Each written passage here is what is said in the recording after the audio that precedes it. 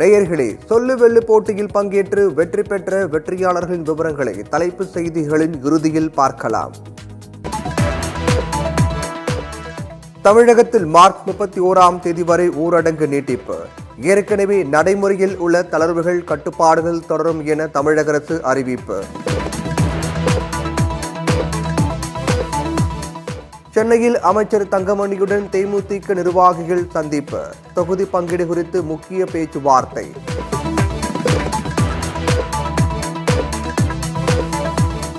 இந்திய யூனியன் முஸ்லீம் லீக் மனிதநேய மக்கள் கட்சிக்கு மீண்டும் திமுக அழைப்பு.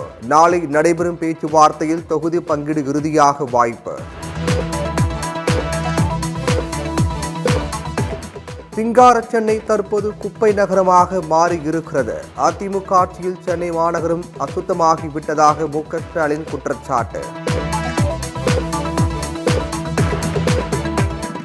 திமுகவுடன் தொகுதி பங்கீடு குறித்து பேச மதிமுக சார்பில் குழு அமைப்பு. மல்லை சத்யா உள்ளிட்ட 4 பேரை நியமித்தார் மதிமுக பொதுச் செயலாளர் வைகோ. அங்கீகரிக்கப்பட்ட அரசியல் கட்சி பிரதிநிதிகளுடன் தமிழக தேர்தல் அதிகாரி சத்யபிரதா சாஹூ நாளை சந்திப்பு. தேர்தல் விதிமுறைகள் தொடர்பாக முக்கிய ஆலோசனை. கல்பாக்கம் அணுமின் நிலையத்தை சுற்றியுள்ள 14 கிராமங்களில் பத்திரப்பதிவு செய்ய வேண்டாம். கதிர்வீச்சு ஏற்படலாம் என்பதால் செங்கல்பட்டு மாவட்ட பதிவாளருக்கு உள்ளாட்சித்துறை அறிவுறுத்தல்.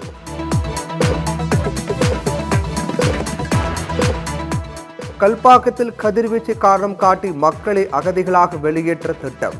மத்திய மாநில அரசுகள் மீது மதிமுக பொதுச் செயலர் வைகோ குற்றச்சாட்டு. அழகிய மொழியான தமிழை சரியாக கற்க முடியவில்லை. தமிழை கற்க முயற்சி மேற்கொள்ளாதது தன்னுடைய குறைபாடு என பிரதமர் மோடி வருத்தம். தொன்மையான மொழி தமிழில் பேச முடியாதது வருத்தம் அளிக்கிறது. விழுப்புரத்தில் தேர்தல் பொதுக்கூட்டத்தில் மன்னிப்பு கேட்ட மத்திய உள்துறை அமைச்சர் அமித்ஷா.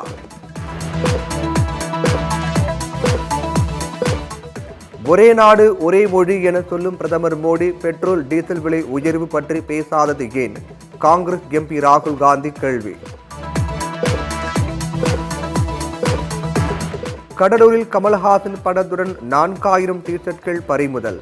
சுமார் 1000 சில்வர் பாத்திரங்களையும் பறிமுதல் செய்த தேர்தல் பறக்கும் படை.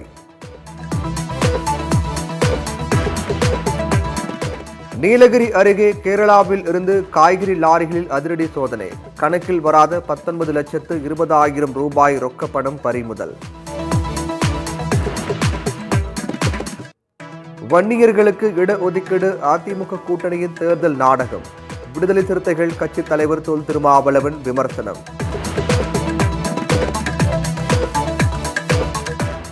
சிறப்பு டிஜிபியாக இருந்த ராஜேஷ் தாஸ் மீதான பாலியல் புகார் சிபிசிஐடிக்கு மாற்றம்.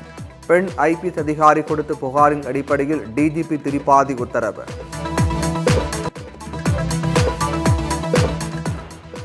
மகாராஷ்டிரா மாநில அமைச்சரவையிலிருந்து சிவசேனா கட்சியின் அமைச்சர் சஞ்சய் ரத்தோட் ராஜினாமா. முதலமைச்சர் உத்தவ் தாக்கரேவிடம் ராஜினாமா கடிதத்தை வழங்கியதாக பேட்டி.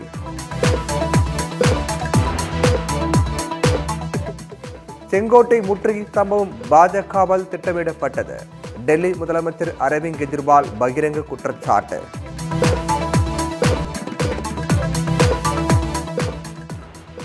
தமிழகம் புதுச்சேரியில் அடுத்த 4 நாட்களுக்கு வறண்ட வானிலையே நிலவும். 8 மாவட்டங்களில் வெப்பநிலை அதிகரிக்கும் என மண்டல வானிலை ஆய்வு மையம் தகவல். சொல்லு வெல்லு போட்டியின் இன்றைய வெற்றியாளர்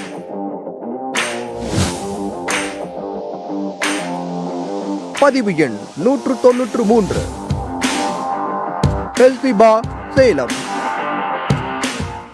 Olive Tree Global Education Campus, Madhavaram, Chennai's best CBSE school challenge. Admission open for session 21-22. Complete your admission process just over a phone call.